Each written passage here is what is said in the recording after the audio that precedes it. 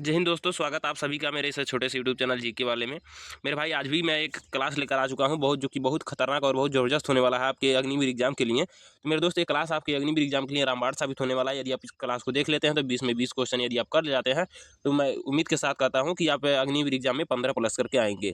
और साइंस में मेरे दोस्त मैं बता दूं, साइंस में आपका 20 टोटल 20 क्वेश्चन आएगा अग्निवीर एग्जाम में। तो मेरे भाई 20 क्वेश्चन आएगा, 20 में से आपको यदि आप 20 में 20 सही कर जाते हैं ना तो सॉरी 20 नहीं 15 क्वेश्चन आएगा। मैं इस क्लास में 20 क्वेश्चन करा रहा हूँ, 15 क्वेश्चन आएगा। यदि आप 15 में 15 कर जाते हैं तो बहुत अच्छा स्कोर होगा आपका। तो मेरे दोस्त इसमें आपका टारगेट 15 प्लस होना चाहिए, तभी आपका कुछ होने वाला है, ठीक है। तो 20 क्वेश्चन में से 15 प्लस का टारगेट लेकर चलिएगा। यदि उतना आता है तो बहुत अच्छा स्कोर है आपका। तो चलिए वीडियो स्टार्ट करते हैं। और वीडियो स्टार्ट करने से पहले मैं एक बात बता दूं आपको, यदि आप मेरे चैनल पे पहली बार विजिट कर रहे हैं तो चैनल को सब्सक्राइब कर लीजिएगा और एक लाइक करके प्यारा सा कमेंट जरूर करिएगा कि क्लास कैसा लगा। तो आपका स्क्रीन पे पहला प्रश्न रहा मेरे दोस्त। तो मेरे भाई पहला प्रश्न आपका स्क्रीन के सामने है, जो कि आप देख पाएंगे दिया है, प्रकाश का तरंग सिद्धांत किसने दिया था। ठीक है, पूछा जा रहा प्रकाश का क्या है, प्रकाश का तरंग सिद्धांत किसने दिया था। तो ऑप्शन दिया है न्यूटन, हाइजेक, क्या हाइजेंस, या फिर मैक्सवेल, या फिर आइंस्टीन। इसमें से आंसर जो होगा ऑप्शन नंबर बी हो जाएगा सही उत्तर। ठीक है, चलिए इसी क्रम में हम लोग प्रश्न नंबर 2 देखेंगे मेरे दोस्त। और इसी टाइप के प्रश्न आपके आर्मी एग्जाम में देखने को मिलेगा। तो जो भी प्रश्न मैं करा रहा हूँ अच्छे से करिए। दिया है नेक्स्ट प्रश्न, प्रश्न नंबर 2 दिया है विद्युत धारा का एसआई मात्रक पूछा जा रहा है मेरे भाई। तो विद्युत धारा का एसआई मात्रक जरा एक बार बता दें क्या होने वाला है। ये तो सभी बच्चों को पता होना चाहिए, ये सब लगभग 8-10 में जो भी पढ़ते हैं सभी को पता होना चाहिए, ठीक है। तो इसका एम्पियर हो जाएगा, ऑप्शन नंबर बी जो हो जाएगा सही उत्तर हो जाएगा। इसी क्रम में हम लोग प्रश्न नंबर 3 पे चलेंगे। और ये भी काफी इंपॉर्टेंट प्रश्न है, डीएनए की डबल हेलिक्स संरचना की खोज किसने किया था। बहुत इंपॉर्टेंट प्रश्न है मेरे भाई, बहुत इंपॉर्टेंट प्रश्न है, ठीक है। तो इसको आप तैयार कर लीजिएगा, ये आपके एग्जाम में जरूर देखने को मिलेगा, ठीक है। बहुत सारे सेट बनते हैं तो ये आपके एग्जाम में जरूर देखने को मिल जाएगा। इसका आंसर जो बनेगा प्रश्न नंबर 3 का ऑप्शन नंबर सी बन जाएगा, ठीक है। वाटसन एवं क्रिक, ये दोनों वैज्ञानिक जो है मिलकर के डीएनए की डबल हेलिक्स संरचना की खोज किया था। चाहे ऐसे कह सकते हैं डीएनए की खोज किया था वाटसन एवं क्रिक ने, दो जो है वैज्ञानिक मिलकर के इसकी खोज किए थे। और प्रश्न नंबर 4 है आपका, ओजोन परत मुख्यतः किस मंडल में पाई जाती है। तो ये आपका होमवर्क रहेगा मेरे भाई, ये आपको स्वयं बताना होगा। कमेंट बॉक्स में जाइए, कमेंट बॉक्स में टाइप करिए प्रश्न नंबर 4 का, ठीक है। प्रश्न नंबर ऐसे 4 लिखिए और कोष्टक में जो भी आंसर होगा ABCD जो भी होगा यहाँ पे लिख दीजिएगा, ठीक है। इसका आंसर आप स्वयं बताइए, ओजोन परत मुख्यतः किस मंडल में पाई जाती है। तो 4 ऑप्शन है दिए हुए हैं, तो कौन सा ऑप्शन सही होगा मेरे दोस्त जरा एक बार कमेंट करके जरूर बताएं। चलिए प्रश्न नंबर हम लोग 4-5 की तरफ चलेंगे। और प्रश्न नंबर 5 आपका है, मानव शरीर में सबसे बड़ी ग्रंथि कौन सी होती है। तो मेरे दोस्त मानव शरीर में सबसे बड़ी ग्रंथि कौन सी है जरा एक बार देख लें। तो इसका आंसर जो हो जाएगा ऑप्शन नंबर सी हो जाएगा यकृत। यकृत जो है मानव शरीर की सबसे बड़ी ग्रंथि कहा जाता है और है भी, ठीक है। तो इसी तरह में प्रश्न नंबर 6 है आपका, प्रासरण। प्रासरण किससे संबंधित है मेरे भाई, जरा ये आपको बताना है। प्रासरण जो होता है किससे संबंधित है, गैसों का प्रकार, द्रव का प्रकार, सॉरी द्रव का प्रवाह प्रसार है, ये गैसों का प्रसार है, ठीक है, प्रकार नहीं है। और ऑप्शन नंबर डी है आयनों का प्रवाह। तो इसका आंसर जो देखने को मिलेगा प्रश्न नंबर 6, प्रश्न नंबर 6 का ऑप्शन नंबर सी, अर्धपरागय में, ठीक है, झिल्ली से विलायक का प्रवाह। तो ऑप्शन नंबर सी जो हो जाएगा मेरे दोस्त ऑप्शन राइट हो जाएगा, ऑप्शन नंबर सी जो हो जाएगा मेरे दोस्त ऑप्शन राइट हो जाएगा। और प्रश्न नंबर 7 का दिया है आपका, ध्वनि की चाल सबसे अधिक किसमें होती है। बहुत खास बहुत इंपॉर्टेंट प्रश्न आपके स्क्रीन के सामने। तो इसका आंसर जरा एक बार बताएं आप दोस्तों। ऐसे ऐसे प्रश्न ही आपके एग्जाम में देखने को मिलेगा जो मैं करा रहा हूँ। इसका आंसर हो जाएगा ठोस। ठोस में मेरे दोस्त ध्वनि की चाल बहुत तेजी से होती है।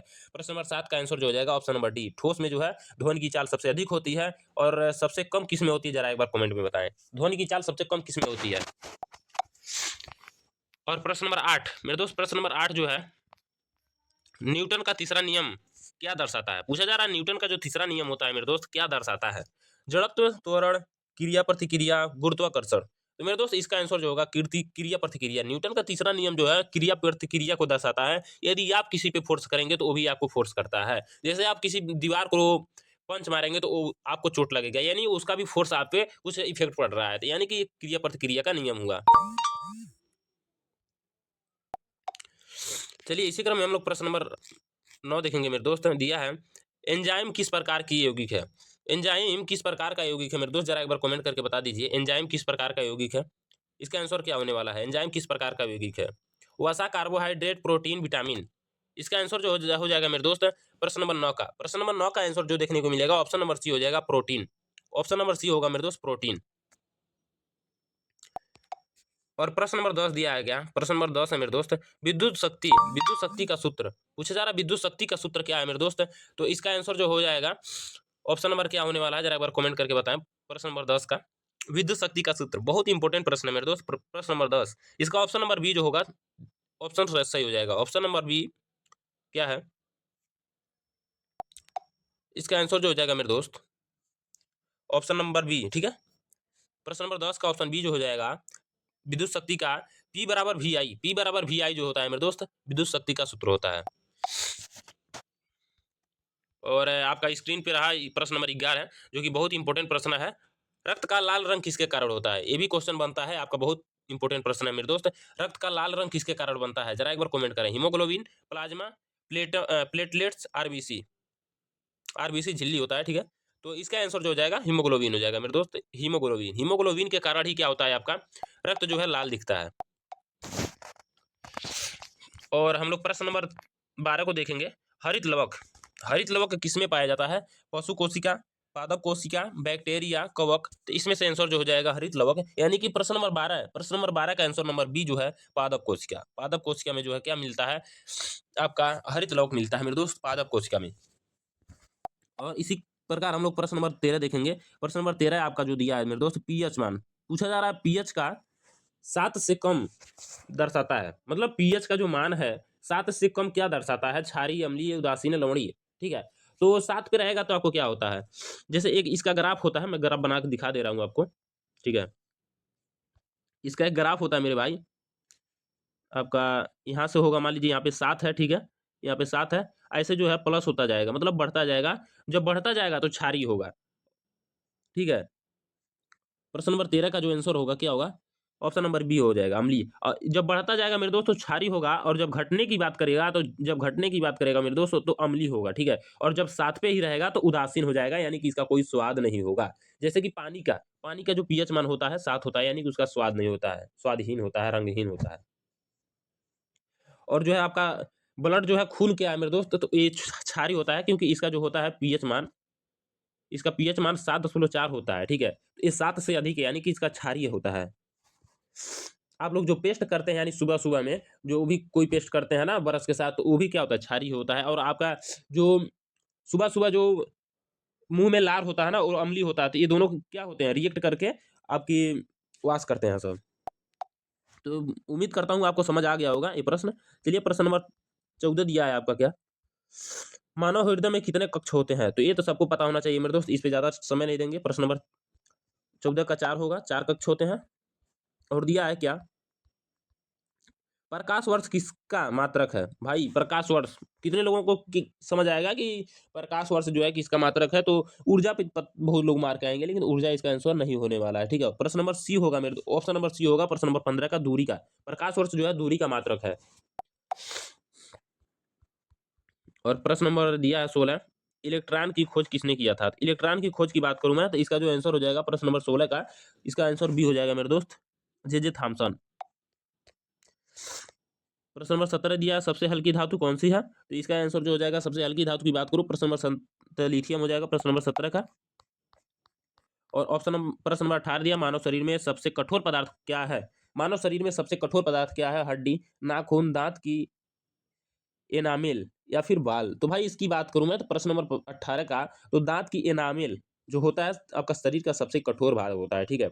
ऐसे आपकी दांतें होती हैं, ठीक है, मैं बना दे रहा हूँ भाई, दांत तो सही बन नहीं पाएगा, ठीक है। ऐसे कुछ मोटा होता है ना यहाँ पे, तो ये जो होता है आपका मेरे दोस्त सबसे कठोर भाग होता है यही। तो हम लोगों ने प्रश्न नंबर 18 तक कर लिया था, प्रश्न नंबर 19 की बारी है।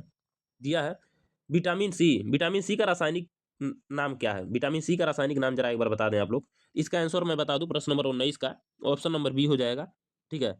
विटामिन सी का रासायनिक नाम स्कारबलिक अम्ल होता है। प्रश्न नंबर 20 इसी प्रकार है, परमाणु के नाभिक में कौन से कण होते हैं?